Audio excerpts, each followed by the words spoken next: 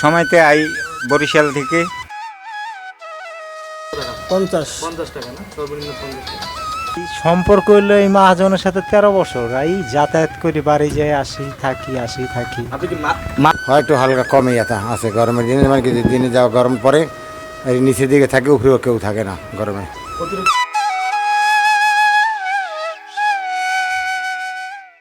বন্ধুরা, আমরা আজকে আপনাদেরকে এমন একটি ভাসমান হোটেলের সন্ধান দিব যা দুনিয়ার সবচাইতে সস্তা হোটেল, যেখানে মাত্র 50 টাকায় এক রাত্রি যাপন করতে পারবেন। বুড়িগঙ্গা নদীর তীরে সদরঘাট বাবুবাজার ব্রিজের একদম পাশে রয়েছে এমন কিছু ভাসমান হোটেল যা পাকিস্তান আমল থেকেই ওই নদীর বুকে মাথা তুলে দাঁড়িয়ে আছে। এই ভাসমান হোটেলগুলোতে মূলত আশ্রয় নেয় সেসব খেটে খাওয়া মানুষ যারা দূর দূরান্ত থেকে জীবিকার সন্ধানে ঢাকায় আসেন, কিন্তু তাদের নিয়মিত হোটেল ভাড়া দেওয়ার সামর্থ্য নাই। খুব কম খরচে মাত্র 50 টাকার মধ্যে তারা এখানে এক রাতের মতো থাকার একটি জায়গা পেয়ে যান। আসুন আমরা দেখে নেই এই মানুষগুলার জীবনের কিছু গল্প।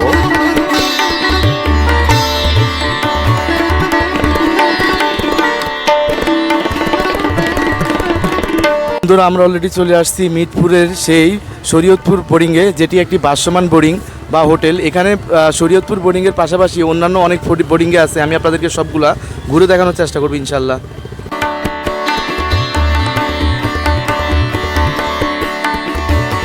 এই ভাসমান বোর্ডিংগুলো মূলত সেই পাকিস্তান আমল থেকে এখানে, তো বিশেষ করে শরীয়তপুর বোর্ডিং এটি হচ্ছে অনেক পুরনো বোর্ডিং। তো শরীয়তপুর মুসলিম বোর্ডিংয়ের পাশাপাশি এখানে পেয়ে যাবেন আপনি বুড়িগঙ্গা বোর্ডিং, ফরিদপুর মুসলিম বোর্ডিং, এছাড়াও অন্য আরও একটা বোর্ডিং দেখা যাচ্ছে, সেটির নাম দেখা যাচ্ছে না। তো যাই হোক, আপনার এখানে মূলত আসলে টোটাল আপনি 4টা বোর্ডিং পেয়ে যাবেন, যেখানে ঢাকা শহরের সবচাইতে কম দামে আপনি থাকতে পারবেন। তো আমি আজকে আপনাদেরকে এক এক করে সবগুলো বোর্ডিংয়ে ঘুরে দেখানোর চেষ্টা করব যে আসলে এখানে ভিতরের কেমন কি বা কেমন কি পরিবেশ। তো বোর্ডিংয়ের পাশে আপনি এখানে নদীতে গোসল করতে পারবেন খুব সুন্দর মতো। এই অলরেডি দেখতেছেন বোর্ডিংয়ে থাকা একজন ভাই, সে হয়তো বা গোসল করতে যাচ্ছেন অলরেডি তার লুঙ্গি নিয়ে। তো আমি অলরেডি প্রথমত শরীয়তপুর বোর্ডিংটি ভিজিট করে আপনাদেরকে দেখাবো।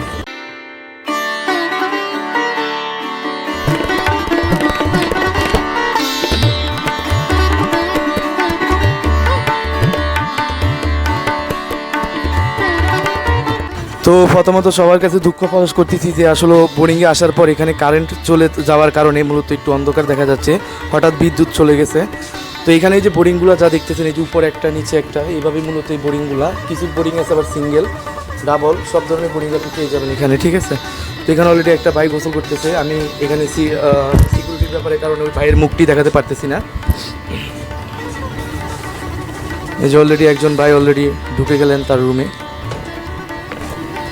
প্রত্যেকটি রুমের আপনার নাম্বার দেওয়া আছে, বিশেষ করে যে 46, 47, 48, 38, 39 এমনভাবে সবগুলোতে দেওয়া।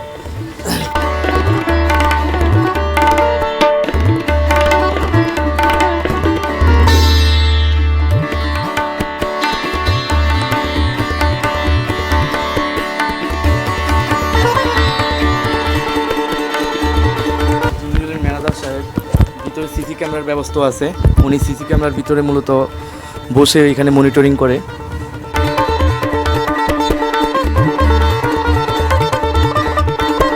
তো আমরা অলরেডি উপরের তলা উঠতেছি, যে উপরের তলা যে বোর্ডিংগুলো আছে মূলত আমরা সেগুলো আপনাদেরকে দেখানোর চেষ্টা করতেছি। যে উপরের তলা যে বোর্ডিংগুলো, অলরেডি একজন ভাই তার রুম থেকে বের হয়েছে। এই যে আর একটু রুম, বিশেষ করে না লাগবে। তো আমরা আপনার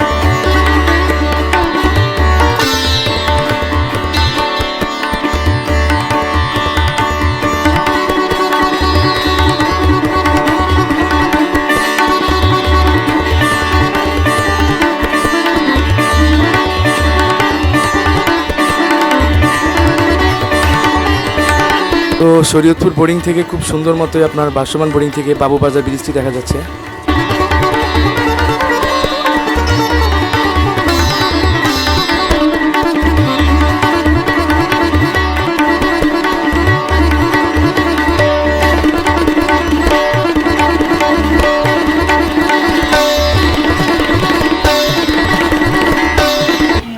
বর্তমানে গরমের কারণে আপনার বোর্ডিং এ লোকজন কেমন আসা যাওয়া করতেছে এখন যেহেতু গরম মোটামুটি খুব বেশি না তবে শীতকালে বেশি আপনার লোকজন বেশি ভালো হয়। তো আপনার এখানে মধ্যে খাওয়ার ব্যবস্থা নেই না খাওয়ার ব্যবস্থা না।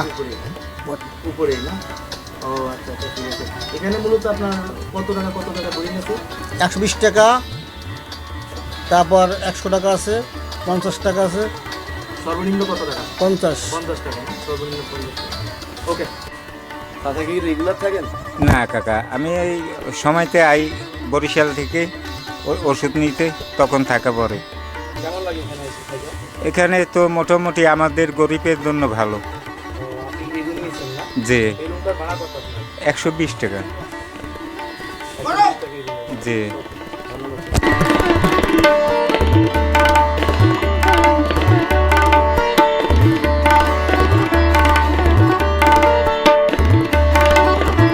এই বোর্ডিংয়ের যে ম্যানেজার ছিলেন ওনার সাথে কথা বললাম। এখানে সর্বনিম্ন প্রাইস হচ্ছে 50 টাকা, যা বাংলাদেশের কোথাও এবং কি পুরো ঢাকা শহরে কোথাও আপনি পাবেন না, যে এত কম দামে আপনি কোথাও বোর্ডিংয়ে থাকা অথবা কোথাও হোস্টেলে থাকা বা হোটেলে থাকার যে ব্যবস্থাটা এটা কোথাও পাবেন না আপনি।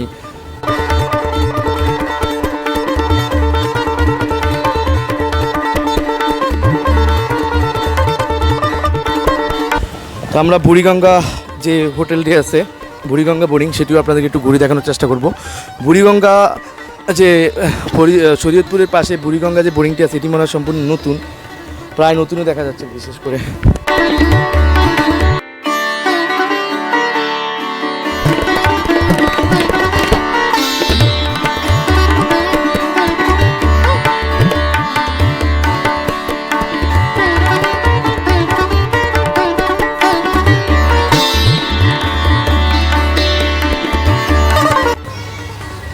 প্রচণ্ড গরম, আমি জানি না, হয়তো বা এখানে শীতকালে থাকতে সবচেয়ে বেশি মজা, গরমকালে যারা থাকেন তারা হয়তো বা এখানে অনেক কষ্টই পেয়ে থাকেন। এটি হচ্ছে বোর্ডিংয়ের উপরের দৃশ্য।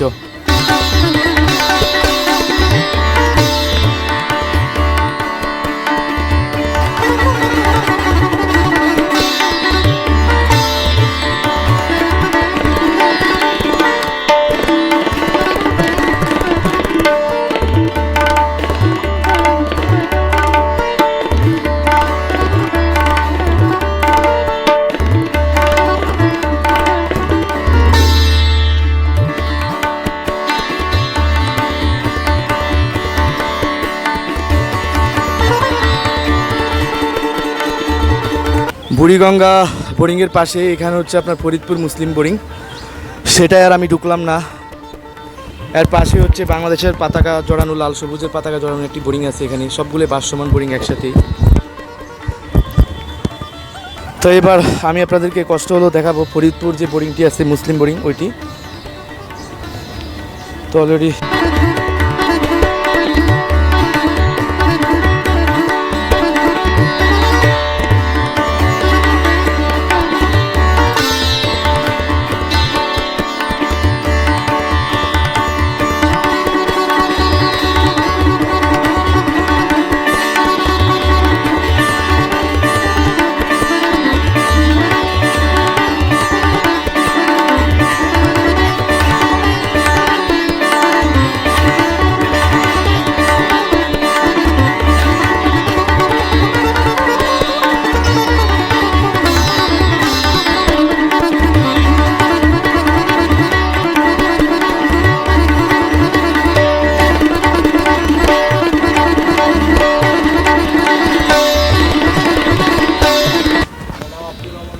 এই যে আমি থাই অ্যালুমিনিয়াম গ্লাসের কাজ করি। আপনি গ্লাসের কাজ করেন না? এইখানে থাকেন আপনি, তাই না? এখানে আজকে কয় বছর ধরে থাকেন আপনি? কয় বছর ধরে থাকেন এখানে? ভাই সম্পর্ক হইলো এই মহাজনের সাথে 13 বছর। এই যাতায়াত করি, বাড়ি যাই, আসি থাকি। আপনি কি মাস হিসাবে থাকেন? না, পার ডে ভাড়া, পার ডে আপনার ভাড়া কত আছে? এই 120 টাকা ভাড়া কতজনের জন্য। ওকে ভাই, ধন্যবাদ ভাই।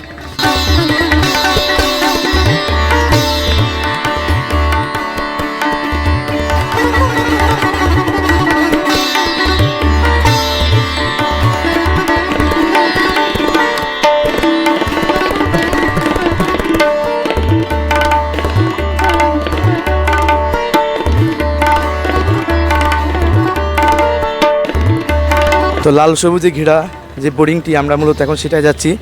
এখানে সবচাইতে মনে হয় হাই ক্লাসের বোর্ডিং, লাল সবুজের পতাকা যে বোর্ডিংটি এটি। তো আমি আপনাদেরকে ঘুরে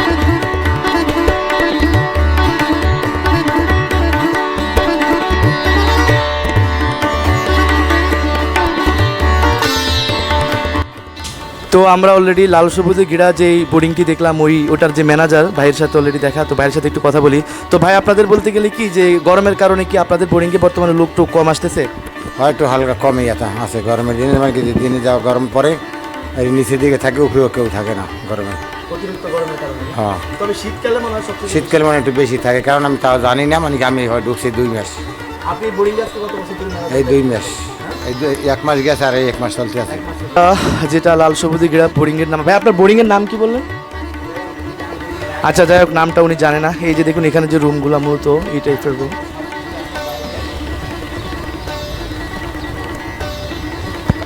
এই যে দ্বিতীয় তালা আমি আর উঠতেছি না, যেহেতু অতিরিক্ত তাপ গরমের কারণে।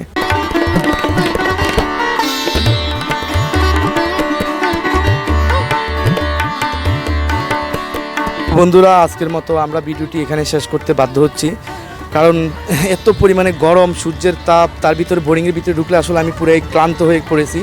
আপনারা দেখতেছেন পুরো শরীর আমার যেন ভিজে আছে।